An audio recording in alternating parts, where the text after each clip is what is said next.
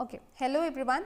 चलिए next question discuss करते हैं। Question number 61, that is the deliberated use of land for the production of crops including trees and crops. Trees और crops के साथ साथ अगर आप क्रॉप्स प्रोड्यूस कर रहे हैं तो ऐसे सिस्टम को, एग्रो फॉरेस्ट्री सिस्टम को हम क्या कहेंगे? तो that is agri silviculture. Okay, next question, the main aim of raising crops in the departmental Tongia is to। Tongia system यानी कि हील कल्टीवेशन, ये हमने ऑलरेडी किया हुआ है। तो यहाँ पर मेन एम क्या होता है क्रॉप्स को रेस करने का? तो reduce the weed growth, definitely this is the aim. Provide additional income, definitely maximum utilisation of site, ये भी। So our correct option is option number D, that is all of the above. Now question number 63 क्या है? The practice of managing rows of closely planted woody plants with annual crops planted in alleys in between hedges. ये अभी हमने पिछले lecture में discuss किया। Okay, तो are correct option is, मतलब यहाँ पर आपको क्या बोला गया है कि आप एक रो में प्लांट कर रहे हो, प्लांटिंग कर रहे हो एक पर्टिकुलर रो में, जिसमें वुडी प्लांट्स के साथ साथ आपने एनुअल क्रॉप्स भी लगाए हुए हैं, राइट? इन एलेज, एलेज का मतलब बेसिकली रो होता है। In between the hedges is called as hedgerow intercropping, इसे हम एले क्रॉपिंग भी कहते हैं। Question number 64, shelter belt should possess a typically, shelter belt जो है it should possess a typical triangular shape, तब जाकर आपको अपनी फील्ड को अगर ट्री से प्रोटेक्ट करना है तो it should have a triangular shape. Okay, question number 65, strips of trees planted to protect fields, homes, canal from wind is referred to as wind breaks। देखिए यहाँ पर क्या बोला गया है कि आपका जो मेन पर्पस है वो किसको प्रोटेक्ट करना है? फील्ड को, अपने होम को, केनाल को फ्रॉम विंड। आपको अपने क्रॉप्स को या अपने फॉरेस्ट्री को प्रोटेक्ट नहीं करना है। Okay, mind my words, mark my words, कि अगर आपको अपना जो एग्रीकल्चर है, राइट, फील्ड मतलब व्हाट, फसल, अगर आपको अपना एग्रीकल्चर पर्पस से अगर आपको प्रोटेक्ट करना है by the means of hedge, fence, row, okay, और यहाँ पर क्या बोला गया? स्ट्रिप ऑफ ट्रीज लगाया आपने, स्ट्रिप लगाया है, तो from wind is referred to as wind breaks. Whereas जो शेल्टर बेल्ट्स होते हैं it is used for forestry purpose. Okay, चलिए नेक्स्ट देखिए question number 66, that is planting nectar producing trees on the boundary of the agricultural field. Agricultural field के boundary में अगर आप nectar producing trees, nectar क्या होते हैं? जिसमें से हनी प्रोड्यूस होता है। ओके, तो बीच में, फ्लावर के बीच में जो होता है उसको हिंदी में क्या कहते हैं? आई डोंट नो, पराग, पराग कहते हैं शायद, आई डोंट नो। ओके, तो उनको, उसे क्या कहते हैं? That is apiculture, apiculture with trees. Next question number 67, the hydrological unit that drains at a common point is called watershed. ये भी हमने ऑलरेडी अपने प्रीवियस लेक्चर में डिस्कस किया हुआ है। वाटरशेड पे तो पूरा का पूरा एक लेक्चर है, आपका एक टॉपिक है पूरा का पूरा। Okay, question number 68, a unit of landscape that contains all the drainage areas and channels contributing to a single stream or river system, that is watershed. Question number 69, the drainage area of tertiary stream. अच्छा, ये question को skip करते हैं क्योंकि जब तक हम watershed वाला टॉपिक नहीं पढ़ेंगे ये आपको समझ में नहीं आएगा। क्वेश्चन नंबर 70 भी स्किप करेंगे, 71 भी, 72 देखते हैं। The continuous circulation of water among the hydrosphere, atmosphere and lithosphere। Hydrosphere तो वाटर वाला एरिया हो गया, एटमॉस्फेयर जो हमारे आसपास का सराउंडिंग है, लिथोस्फीयर इज लैंड, तो is called as hydrological cycle. Basically this is the scientific name for water cycle, जो हम बचपन में वाटर साइकिल पढ़ते थे, राइट? नदी है, उसमें से पानी इवेपोरेट हो रहा है, फिर वो बादल बन रहा है, बारिश हो रही है, इवेपोरेशन, कंडेंसेशन, वही है ये वाटर साइकिल, उसे हम हाइड्रोलॉजिकल साइकिल भी कहते हैं। तो definitely continuous circulation of water, hydrosphere से एटमॉस्फेयर जा रहा है एंड लिथोस्फीयर सर्कुलेशन हो रहा है, तो that is water cycle. Okay, 73, 74, 75, the drainage area of micro water shade. ये इसको स्किप करते हैं क्योंकि जब तक वाटरशेड वाला लेक्चर नहीं होगा ये हमसे नहीं बनेगा। ओके चलिए 76 देखिए, the practice of rotational cropping helps in, question number 76, the rotational cropping, अगर आप रोटेशनल क्रॉपिंग कर रहे हैं तो डेफिनेटली आपका सॉइल स्ट्रक्चर भी इंप्रूव होगा, सॉइल फर्टिलिटी भी मेंटेन होगी, सॉइल और वाटर का कंजर्वेशन भी होगा। So our correct option is option number D. Question number 77 देखिए, erosion permitting and erosion resisting crops grows alternatively at right angle to the slope of the land is called as strip planting, is called as strip planting, that is option number B. Next 78, the process of taking up nutrients from deeper soil profiles and depositing them on the surface layer. Okay, आप क्या कर रहे हो, जैसे suppose ये soil का top layer है, आपने बहुत ही डीप से आपने सॉइल लिया, ओके, और उसको फिर आप सरफेस लेयर पर लेकर आ रहे हैं, क्योंकि न्यूट्रिएंट्स जो हैं वो कहाँ पर है, गहराई पर है, तो आप उसको कहाँ लेकर आ रहे हैं, ऊपर की तरफ लेकर आ रहे हैं। तो इस प्रोसीड्योर को आप क्या कहते हैं, तो इस प्रोसेस को हम कहते हैं nutrient pumping.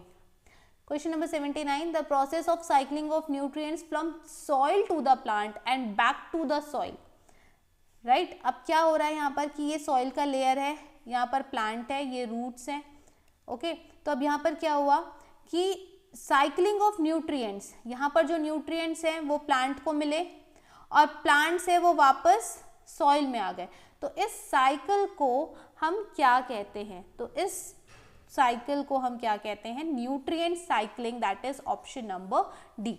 Okay, question number 80 देखिए, the process by which the complex organic substances are broken down to simple inorganic elements is called as nitrification.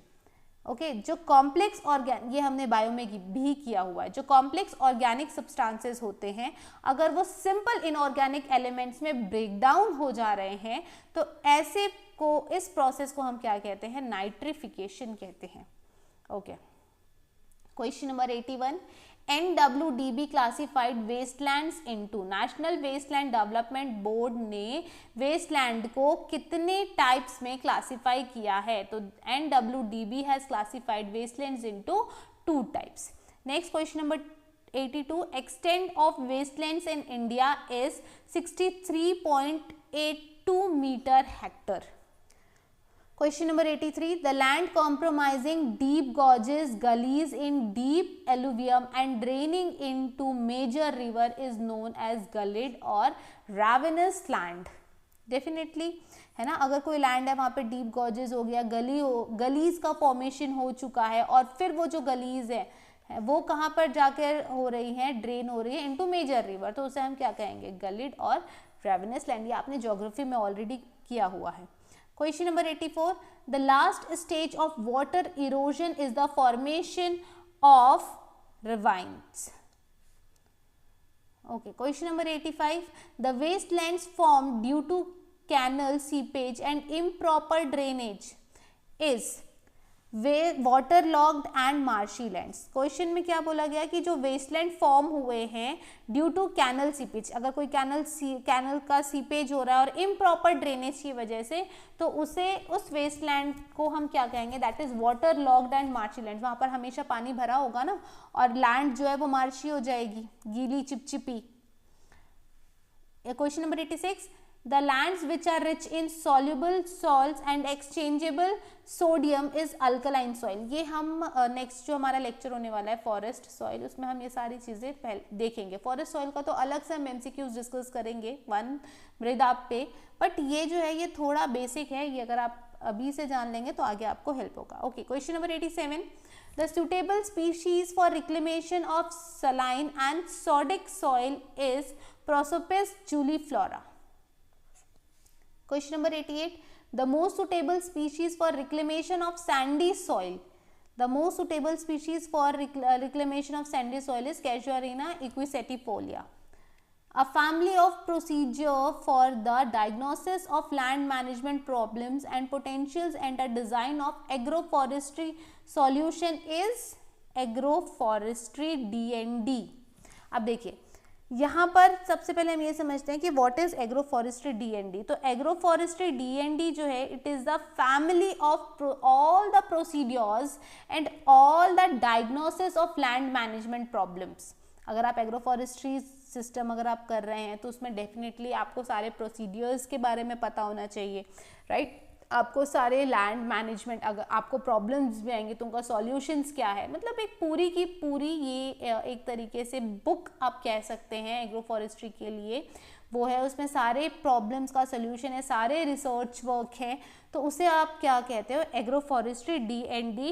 And it was designed and it was approached to assist the agro for, इसका जो design किया गया था, इसको जो बनाया गया, it was, उसका मेन एम ये था कि to assist the agro forestry researchers and it was given by ICRAF। Agro forestry DND जो है it was given by ICRAF, that is international centre for research in agro forestry, international centre for research in agro forestry which, जिसका headquarter कहाँ पर है, it is situated in Kenya. Okay, question number 90, agroforestry DND covers entire ecological zone with in a country is macro DND. अगर एक country में agroforestry DND को अगर हम अप्लाई करें तो वो पूरा का पूरा ecological zone with in a country cover करता है और उसे हम क्या कहते हैं, मैक्रो डीएनडी। ओके, अगर कंट्री के किसी स्पेसिफिक एरिया को कवर करेगा तो that is micro DND. Okay, देखिए जैसे agroforestry DND covers with in the chosen ecological zone, that is micro DND. Okay, the main criteria for good agroforestry design, और good agroforestry design के लिए किसको refer किया गया था, agroforestry DND which was given by ICRAF, that is international research international centre for research in agroforestry, जो कि Kenya में सिचुएटेड है। और तो मेन क्राइटेरिया क्या है फॉर गुड एग्रोफॉरेस्ट्री डिजाइनर, कि प्रोडक्टिविटी भी होनी चाहिए, सस्टेनेबिलिटी भी होनी चाहिए, अडेप्टेबिलिटी भी होनी चाहिए। So correct option is all of the above. Okay, question number 93, the major species used for planting tank bed is Acacia nilotica. We have already discussed in our previous MCQs lecture. Tree means water, water is bread and bread is life was first time quoted by Westoby. Westoby ने और क्या किया था ये आप मुझे comment section पर तुरंत कमेंट कर बताइए कि वेस्टोबी वर्ड हमने पिछले लेक्चर्स में किस लिए, वेस्टोबी को हमने किसके लिए डिस्कस किया था। Okay, Question number 95. The international donor agencies for social forestry in India is what is SIDA. ये भी हमने डिस्कस किया हुआ। What is the full form of SIDA? ये भी आप मुझे जल्दी से कमेंट सेक्शन पर कमेंट कर बता दीजिए ताकि मुझे पता चल जाए कि हाँ आप मेरे लेक्चर्स जो हैं वो बहुत ही सिंसियरली फॉलो अप कर रहे हैं। Okay, question number 96. The cross sectional shape of any shelter belt is niloid. That is the triangle shape ही होता है इसका, आप एक बार देख लीजिएगा निलॉइड शेप कैसा होता है। Okay, question number 97, the practice of forestry with the object of obtaining maximum gain per unit area called as intensive forestry. Question number 98, the practice of forestry for the simultaneous use of a forest area for 2 or more purpose called as multiple use forestry. Question number 99, shelter belt have pick the odd one out. Pick the odd one out. Single tree species, multiple tree species used to arrest wind, prevent sand dune formation. तो ये तो होता है, ये भी होता है, ये भी होता है. The odd one is multiple tree species. Question number 100, jhuming is the other name for shifting cultivation. ये हम बचपन से पढ़ते हुए आ रहे हैं. So dear viewers, आज के लेक्चर में सिर्फ इतना ही. हम अपने आने वाले लेक्चर्स में अदर MCQs को ब्रीफली डिस्कस करेंगे and then will proceed with the next video lecture, next topic of your forestry, that is forest soil 1 मृदा. So keep watching and supporting. Thank you guys.